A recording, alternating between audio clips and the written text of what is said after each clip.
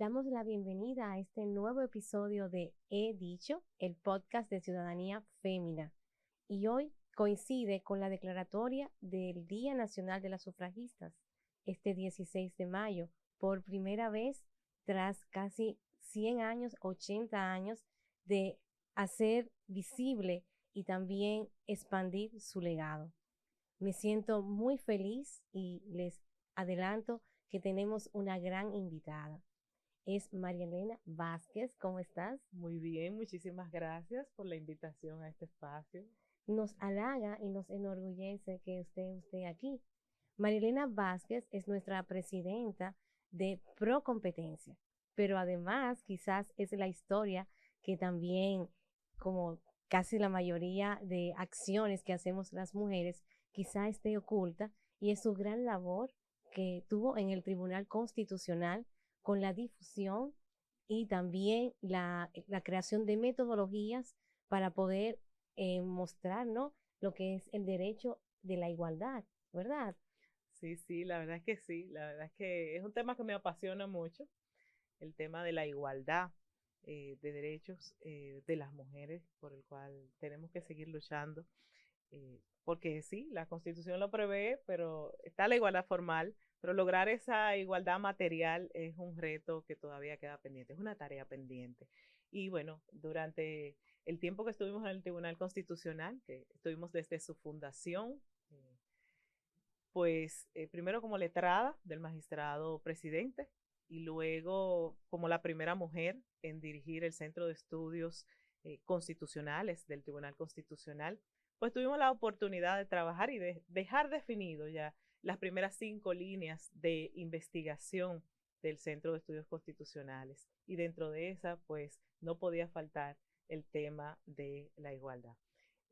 Creemos firmemente en que tenemos que trabajar en ese sentido y bueno, siempre tratamos de aportar nuestro granito de arena desde cualquier lugar en el que estemos para lograr esa igualdad material. Asimismo, está usted cursando sus estudios doctorales, ¿verdad?, Así es. en Derecho Constitucional y Libertades Públicas en la Universidad de Castilla y León, ¿verdad?, en España. Sí, sí, estamos haciendo nuestra, en Castilla-La Mancha, Castilla-La Mancha, sí. estamos trabajando sobre eh, eh, la tesis doctoral y, y enfocado justamente en temas de igualdad.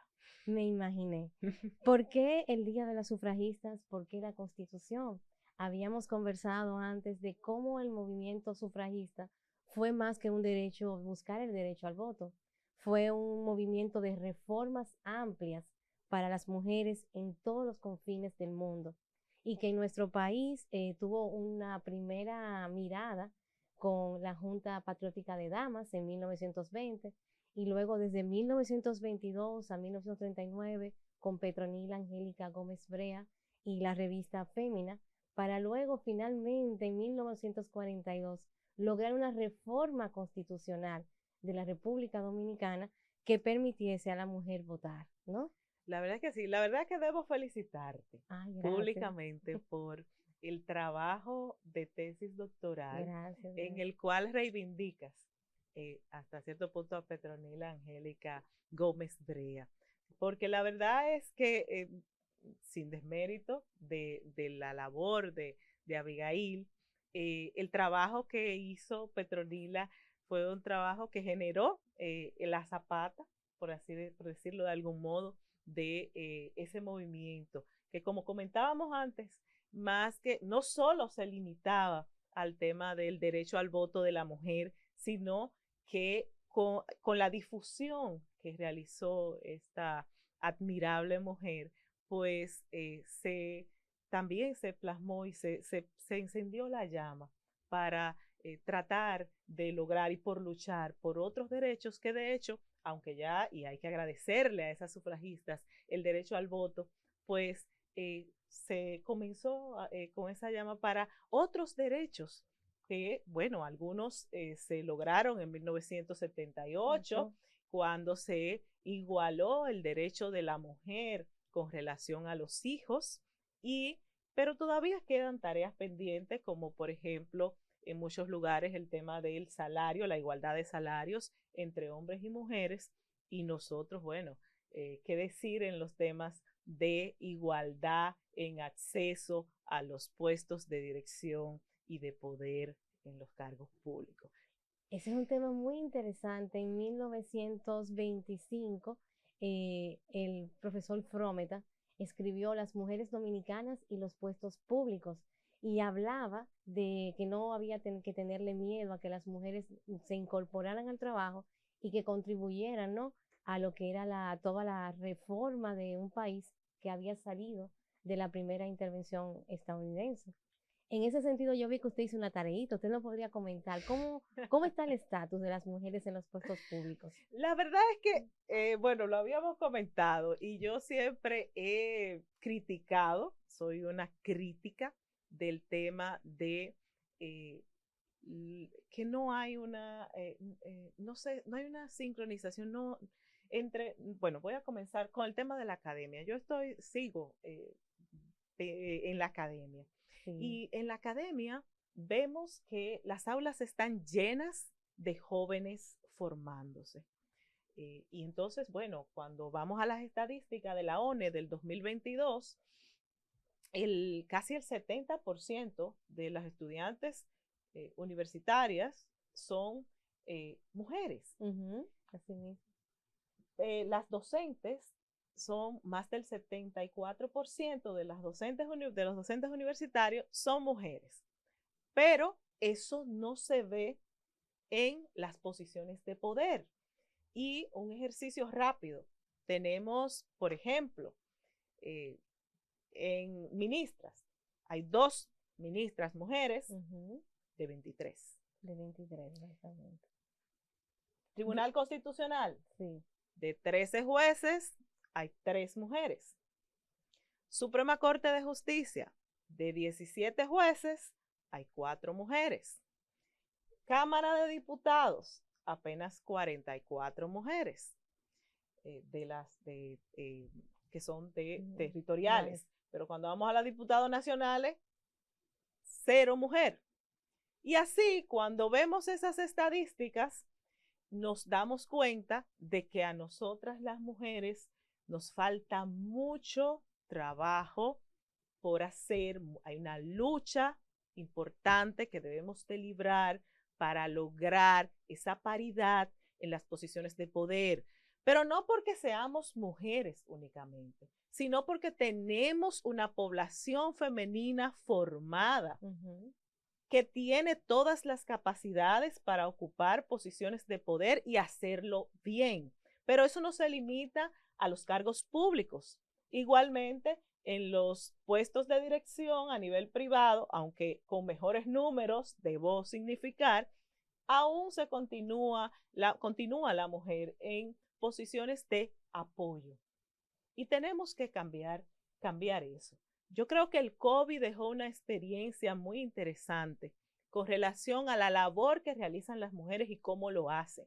Los países que mejor respondieron al COVID fueron los países en los cuales eran dirigidos por mujeres. Sí. Entonces, la mujer ha demostrado que tiene la capacidad para tomar el mando, para tener posiciones de poder, para tener un lugar en la mesa y que se le escuche. Así es.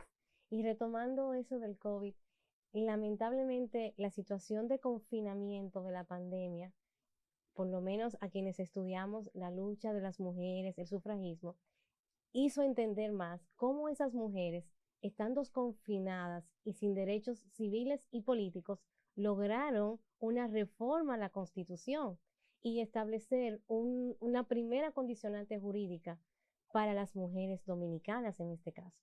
Y yo me atrevo a preguntarle, ¿cuál es la condición jurídica actual de las mujeres dominicanas? Bueno, constitucionalmente hablando, si fue términos jurídicos, legales propiamente dicho, realmente la Constitución de la República prevé la igualdad plena entre hombres y mujeres e incluso prevé en el artículo 273 que cualquier interpretación de la Constitución debe hacerse sin ningún lenguaje sexista y además prevé incluso una discriminación positiva a favor de la mujer para que pueda ocupar, presentarse en las elecciones para postularse y además que se hace extensivo a lo que Exacto. son los puestos de dirección. Ahora bien, o sea que a nivel constitucional, la Constitución establece garantías para esa igualdad. El tema aquí, a mi juicio, Elvira, es sobre todo de voluntad, es un tema de políticas públicas, es un tema de que nosotras mismas como mujeres entendamos que también tenemos un rol. Cuando, por ejemplo, tenemos la posibilidad de ocupar posiciones de poder, nosotros tenemos un reto mayor, porque tenemos que hacerlo bien por nosotras mismas, pero también por nuestro género. Pero además, tenemos que ser conscientes de que tenemos la labor de generar espacios para otras mujeres, para que otras mujeres sigan avanzando, porque tenemos, esa es una tarea, ese es Exactamente. un reto pendiente para esta generación, para ya, no para después, y también para la generación que viene detrás de nosotras. Parecería que no es jurídico, aunque una gran parte del movimiento sufragista señalaba, se dividía en que, bueno, logramos el voto y después qué. Pero pienso que todavía nos faltan derechos. ¿Cuáles derechos usted cree que podemos constitucionalmente todavía tener las dominicanas? Bueno, yo pienso, te decía, la verdad es que pienso que la Constitución Dominicana, debo decir, que es una de las constituciones más vanguardistas. Y a mi juicio es sobre todo un tema de entender la Constitución e interpretarla en los términos que debe ser interpretada, porque la Constitución nuestra en múltiples espacios te habla de la dignidad humana, que de hecho es el fundamento de nuestra Constitución. Nuestra Constitución establece la dignidad humana como un valor, como un principio y como un derecho fundamental. Y esa dignidad humana, el elemento ético de la dignidad humana, es la autonomía de la voluntad. Entonces, la Constitución, por eso te digo que a mi juicio, la Constitución es una constitución que garantiza los derechos de las mujeres. Lo que sí tiene que hacerse es interpretarla de conformidad con los parámetros que establece la propia Constitución de la República. Pero además, nosotros no nos limitamos únicamente a lo que dice la Constitución. O sea, los derechos que tenemos nosotras, las mujeres dominicanas, no se limitan únicamente a las que prevé No, la claro. Constitución, sino también el bloque de constitucionalidad, con todos esos acuerdos internacionales que la República Dominicana ha suscrito y que, por ejemplo, prohíben cualquier discriminación y violencia contra la mujer y todas las interpretaciones, pues reitero, no es un tema de la Constitución, es un tema de que tenemos que crear conciencia de esa igualdad que hay, que somos seres humanos iguales, que tenemos los mismos derechos, que debemos tener las mismas oportunidades de acceso a posiciones de poder y de poder real y efectivamente, pues, ejercer nuestra dignidad humana. Y usted tiene una amplia experiencia pedagógica incluso en que esa interpretación pueda ir rumbo a las igualdades. Si puede ampliar un poco sobre qué hacía ya en el Tribunal Constitucional en torno a todo y crear, por ejemplo, 5 líneas de investigación al respecto de los derechos constitucionales, incluyendo la igualdad. Bueno, las líneas iban de manera difusa, pero hemos trabajado también, bueno, en la academia tenemos la oportunidad de trabajar tanto en grado, derecho constitucional y a nivel de maestría, derechos fundamentales. Y trabajamos justamente en el tema de la igualdad. Y yo personalmente soy muy partidaria del mainstreaming de género y es el análisis de que debe realizarse un análisis antes de tomarse cualquier política pública, debe hacerse un análisis desde la perspectiva de género, tratando de estudiar, no de diferencia de hombre, mujer, y que se entienda que se va a afectar con el propósito de únicamente garantizar a las mujeres, sino a los seres humanos, Claro. porque todos somos seres humanos. Entonces, cuando se hace un análisis de cuál va a ser el impacto social que va a tener determinada política pública y se toman las decisiones en base a esos estudios y entendiendo a partir de la necesidad de resguardar a los más vulnerables, entonces vamos a tener igualdad. Así es. Y bueno, también eso nos conllevaría, ¿verdad? Hasta en los mismos quizás jueces y juezas, la incorporación de todo, vamos a decir, toda esta epistemología, ¿no? De la igualdad.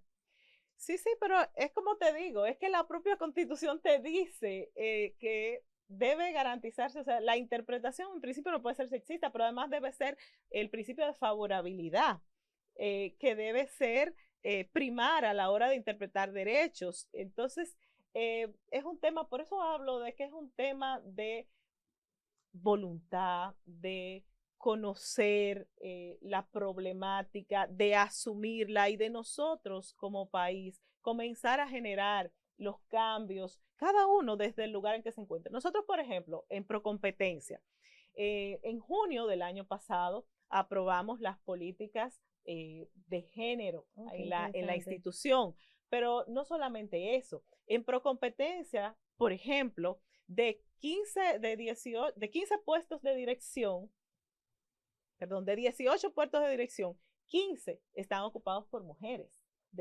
Y de eso, por ejemplo, en la empleomanía total de Procompetencia, casi el 76% son mujeres.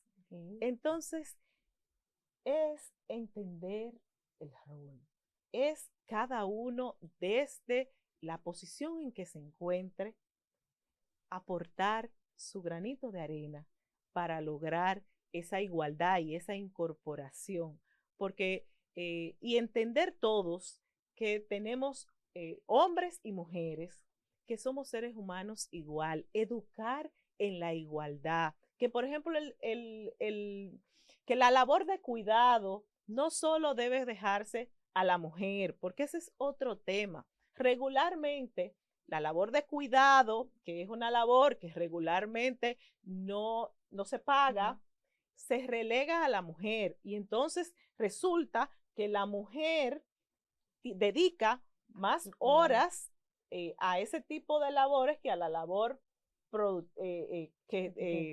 remunerada. Entonces hay que equilibrar y eso tenemos que comenzar a equilibrar, como decía, desde la casa. Tenemos que educar en igualdad.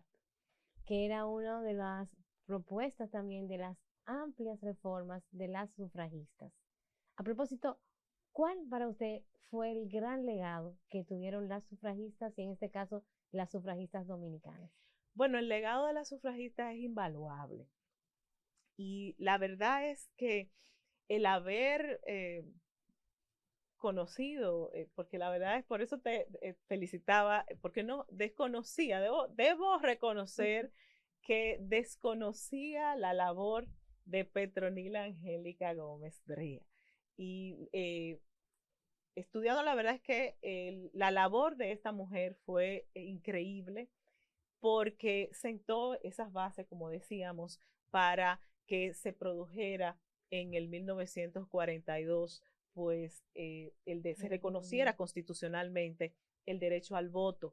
Pero esa labor no solamente se limitaba al tema del voto, sino a otras reivindicaciones, como es la igualdad de salarios, como es el tema de la igualdad de derechos de la mujer con relación a los hijos. O sea, que esa labor de las sufragistas, ellos comenzaron la labor, ellas comenzaron por nuestros derechos. Y realmente nosotras debemos luchar, continuar esa lucha, porque los que están en los partidos políticos, por ejemplo, las mujeres a lo interno de los partidos políticos, las que están dentro de los partidos políticos, yo pienso que deben luchar por esa igualdad a lo interno de esos partidos para poder tener mayor participación.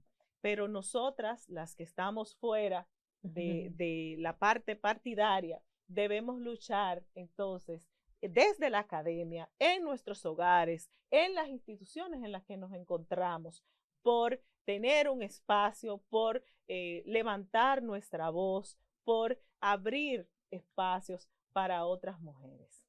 Esa educación en igualdad garantizaría que, por ejemplo, si una mujer llega a la presidencia, pueda tener todos los conocimientos necesarios para garantizar esa sociedad plena, esa ciudadanía plena que se anhela desde hace 100 años. Yo pienso que sí. Yo creo, la verdad, Elvira, es que yo creo firmemente en la educación como el instrumento para cambiar los pueblos. Y la educación no es solo la educación en la escuela, a nivel escolar, la educación en el hogar. Es que nosotras hagamos una introspección, las que tenemos la fortuna de ser madres, y que veamos los temas, porque tenemos una costumbre tan arraigada de, por ejemplo, de etiquetar, de que hay roles y de asignar roles.